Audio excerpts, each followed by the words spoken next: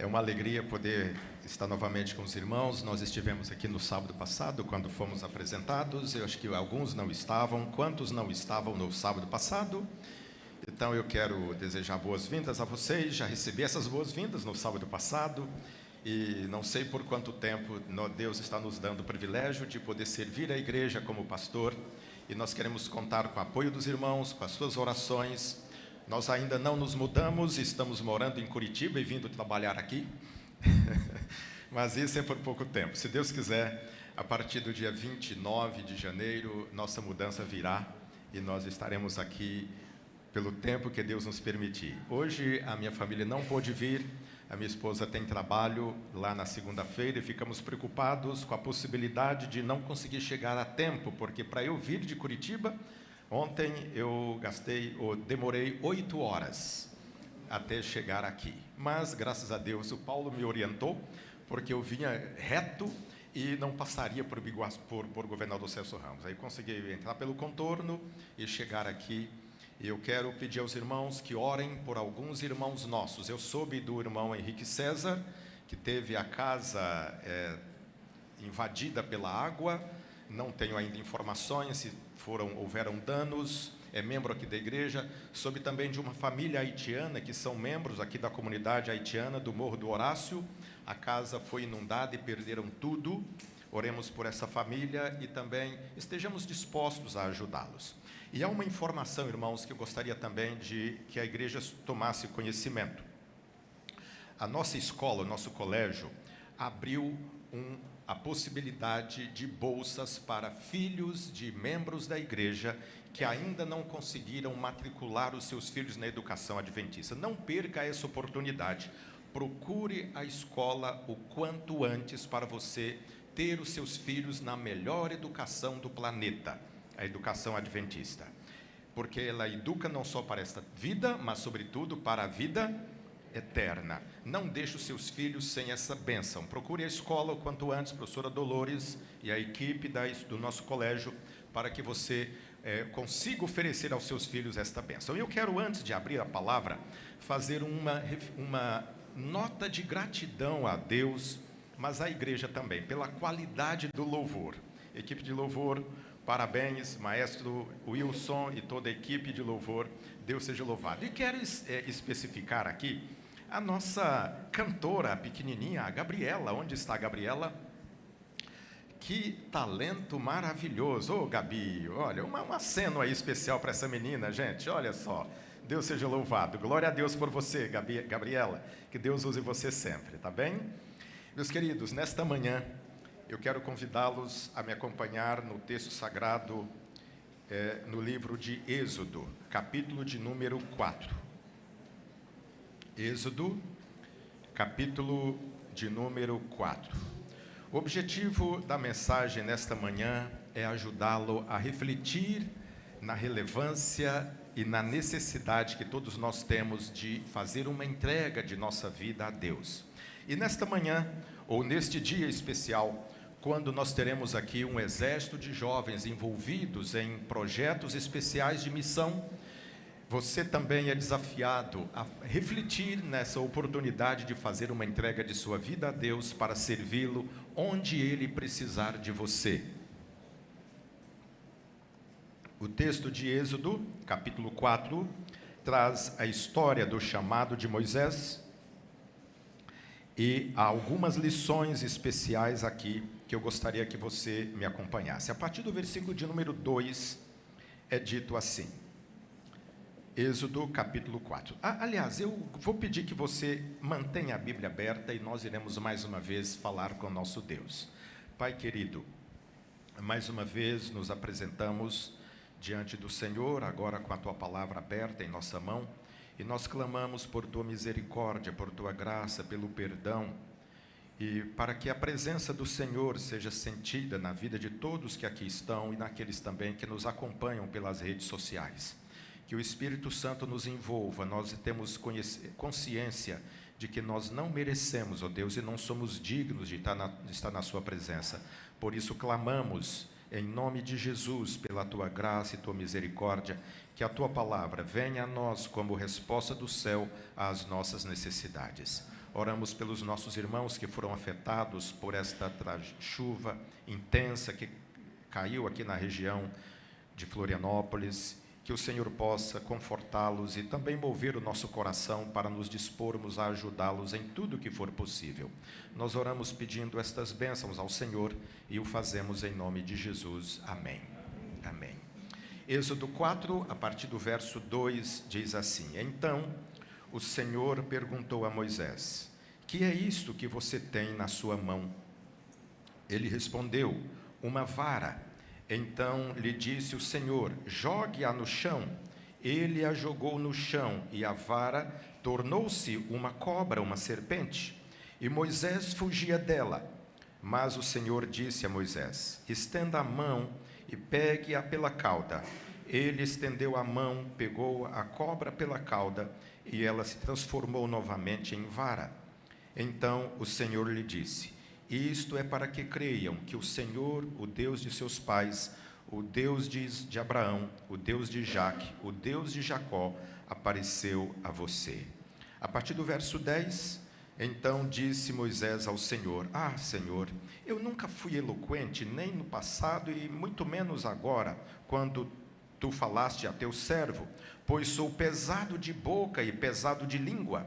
O Senhor respondeu: Quem fez a boca do homem? Ou quem faz o mudo, ou o surdo, ou o que vê, ou o cego? Não sou eu, o Senhor? Agora vá, e eu serei com a sua boca, e lhe ensinarei o que você deve falar. Porém Moisés respondeu: Ah, Senhor, envia algum outro, mas menos a mim tu deves enviar. Então a ira do Senhor se acendeu contra Moisés, e o Senhor lhe disse: Arão, o levita, não é seu irmão? Eu sei que ele fala fluentemente. Eis que ele vem ao seu encontro, e ao ver você, se alegrará em seu coração. Você falará com ele, ele porá na boca as palavras. Eu serei com a sua boca e com a dele, e ensinarei a vocês o que devem fazer. Ele falará por você ao povo. Ele será como se fosse a sua boca, e você será para ele como Deus. Leve, pois, na mão esta vara, com a qual você fará os sinais e libertará Israel. Meus queridos irmãos, esta história, ela tem a ver com você, tem a ver comigo, porque ela faz parte da história de uma biografia semelhante à sua, de um homem comum que se tornou uma pessoa extraordinária. E eu escolhi como tema da mensagem desta manhã o seguinte título: Onde o comum se torna extraordinário. A Bíblia diz que Deus escolhe as coisas fracas deste mundo e as coisas comuns deste mundo para confundir as fortes, as sábias e etc. E neste caso nós temos um ato bastante incomum da forma como Deus age, porque ele está aqui mostrando como ele lida com aqueles que se colocam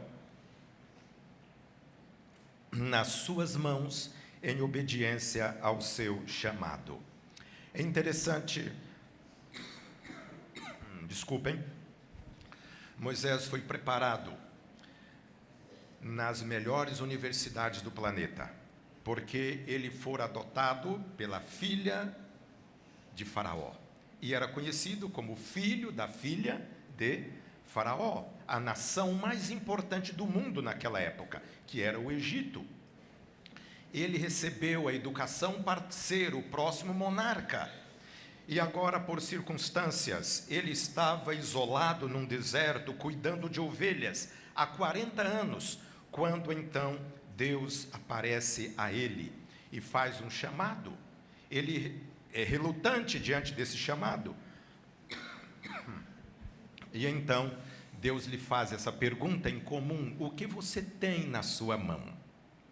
Meus queridos irmãos, as lições que podemos aprender aqui traduz o significado de uma entrega. Deus espera de você que você ofereça a Ele o que você tem em suas mãos. E aquilo que você tem em suas mãos, por mais que pareça insignificante, Deus pode tornar o significante, ou o aparentemente insignificante, em algo extraordinário. As coisas comuns nas mãos de Deus podem tornar-se extraordinárias. O que Moisés tinha em suas mãos, me desculpem, era apenas uma vara. Mas Deus disse a ele: com esta vara você fará maravilhas, fará sinais e libertará o povo de Israel. Sim, meus queridos irmãos, a mensagem aqui, ela mostra que uma entrega requer a dedicação absoluta, consagração completa a uma causa. O dicionário diz que o sentido de entrega tem a ver com rendição. É alguém abrir mão de sua própria vida para permitir que outro a conduza. E o chamado de Deus a Moisés envolvia esse aspecto. Agora, o que é que ele tinha para oferecer ao Senhor?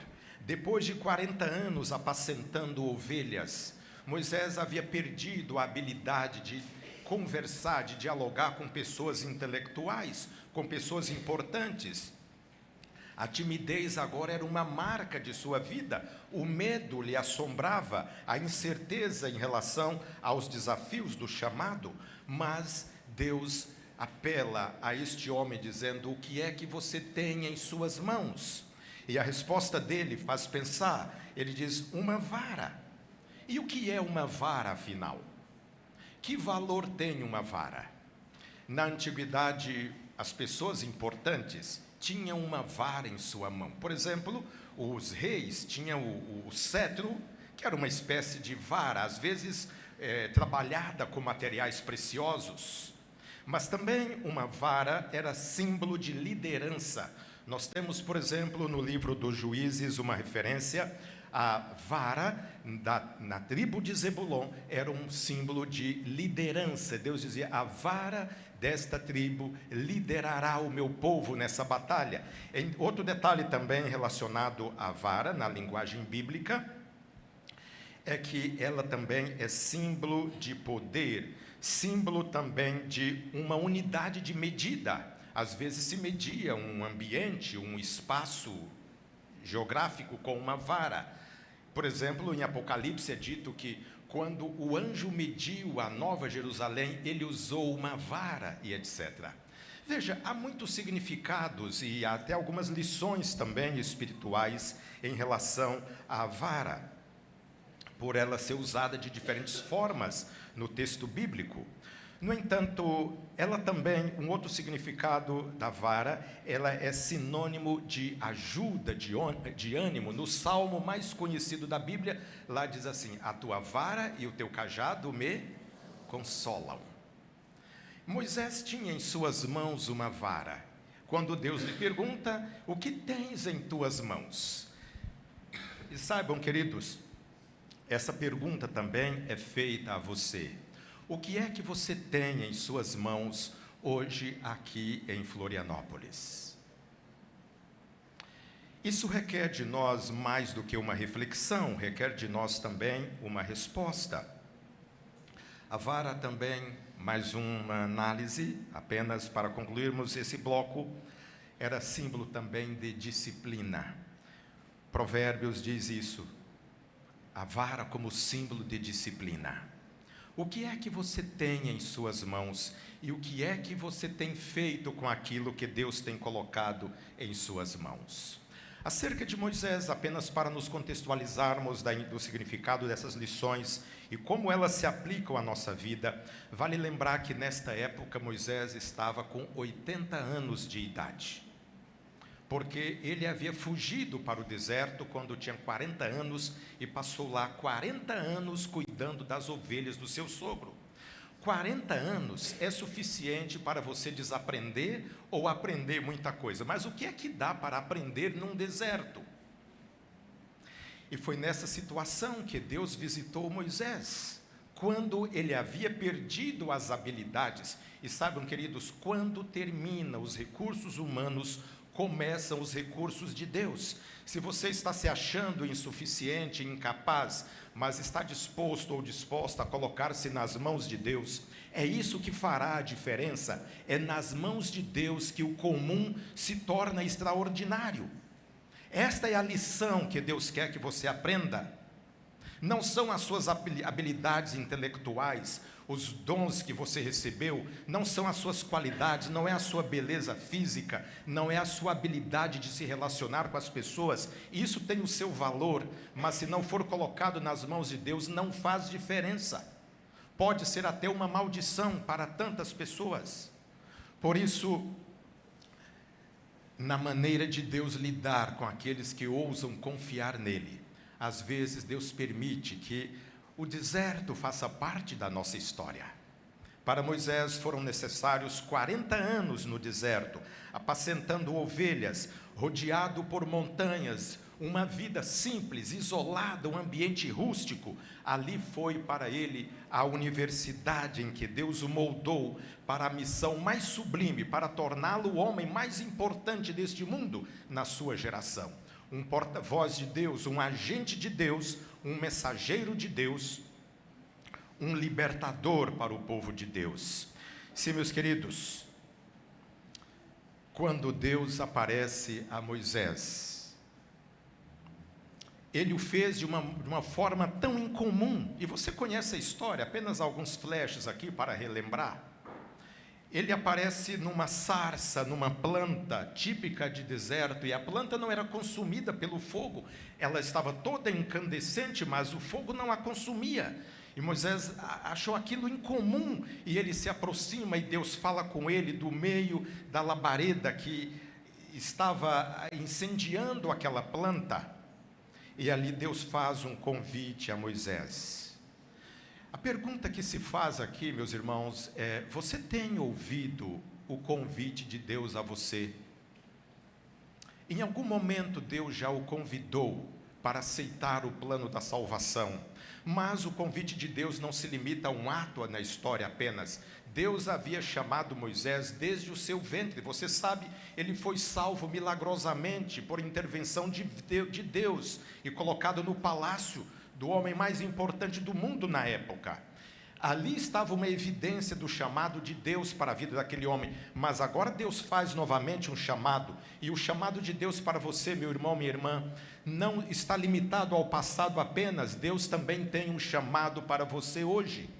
Como você tem respondido ao chamado de Deus? Ou o que é que está impedindo você de aceitar o chamado de Deus? Inicialmente, Moisés ficou relutante. Por quê? Porque o chamado de Deus nos tira da zona de conforto muitas vezes. Às vezes, nossa zona de conforto não é um lugar nem tão agradável.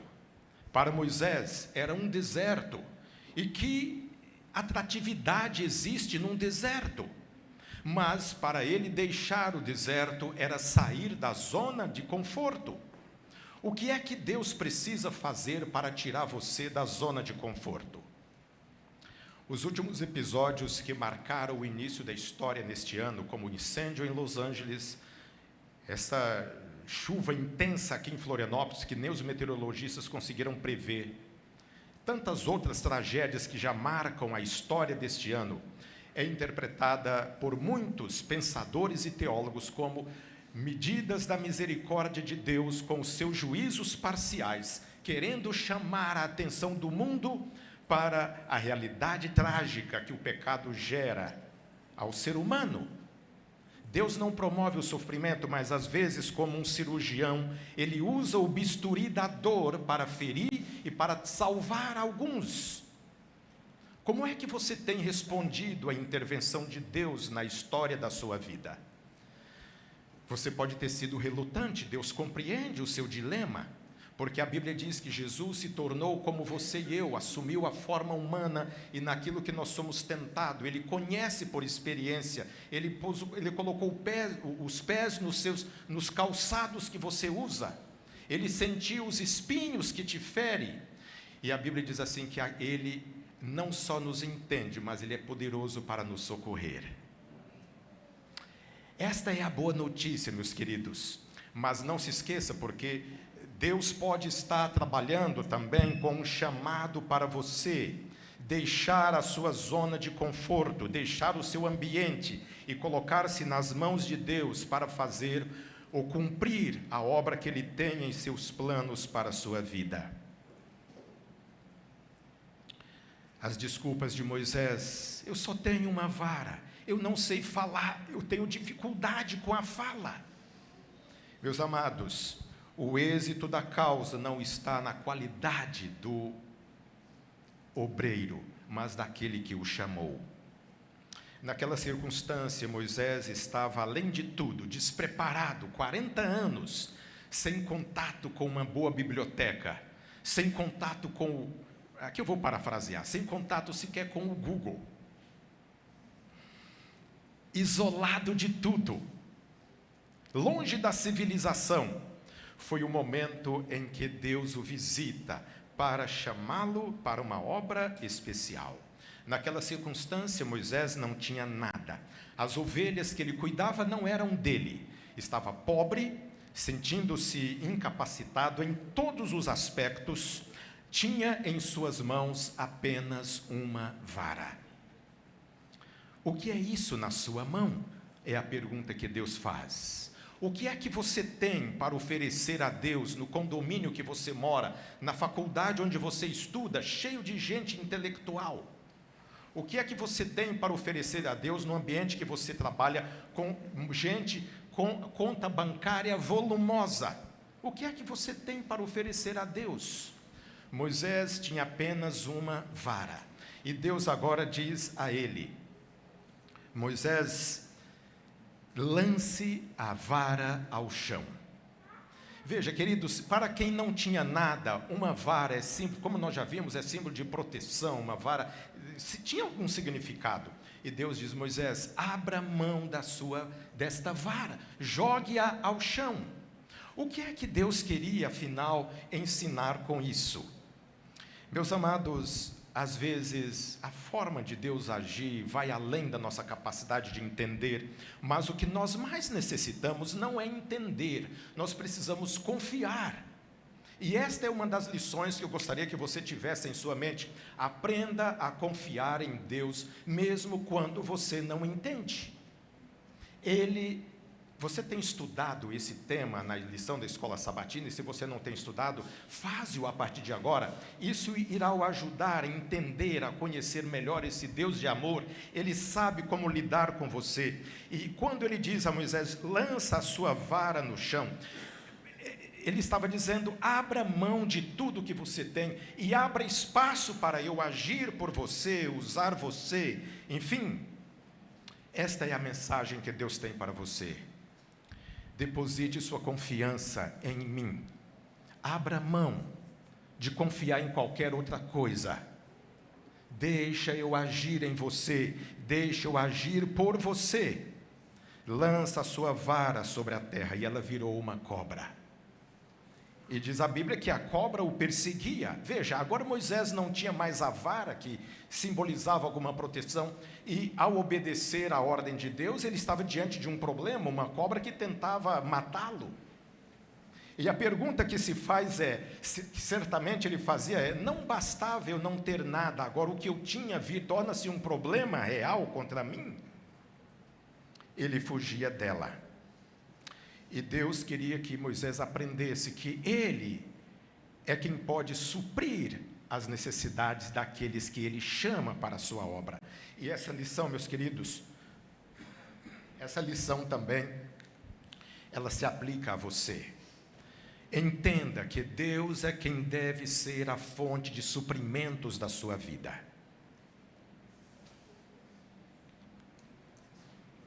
As mansões de Malibu, que quadro, o que resultou hoje?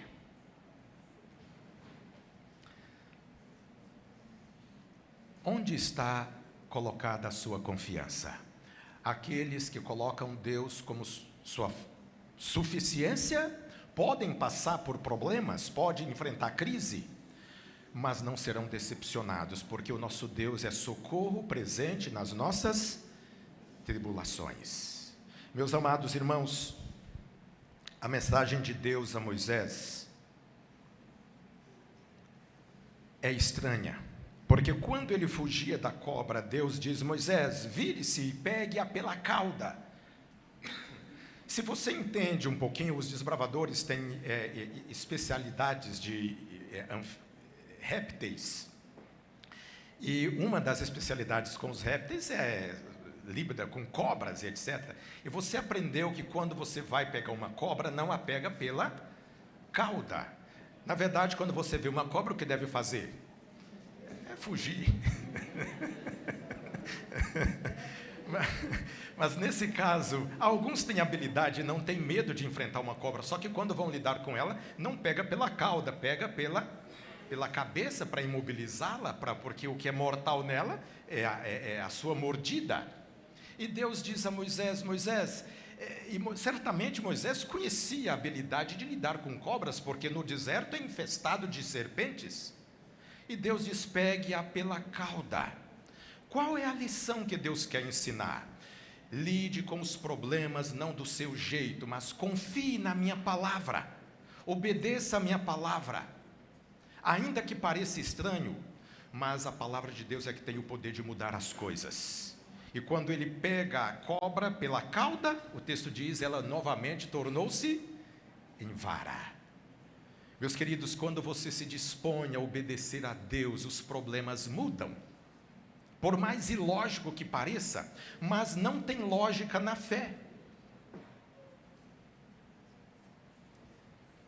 Requer apenas disposição de obedecer. O jeito de Deus é o que é o mais importante. Deus requer de nós, queridos, entrega total da vida a Ele. O salmista disse isso que você conhece: entrega o teu caminho ao Senhor, confia nele e o mais Ele fará. Entrega tem a ver com colocar-se completamente nas mãos de Deus.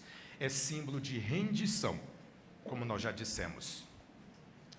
Nesta manhã, meus amados, nós temos aqui a oportunidade de refletir que quando, em obediência à palavra de Deus, nós colocamos o que somos e o que temos em suas mãos, Ele torna o comum em extraordinário. Deus pode tornar a sua vida, no contexto do lugar em que você vive, em que você estuda, que você trabalha, no condomínio que você mora, na rua que você mora, Deus pode tornar você uma vida extraordinária. Se você se colocar nas mãos de Deus. Veja, apenas alguns flashes. Perdão.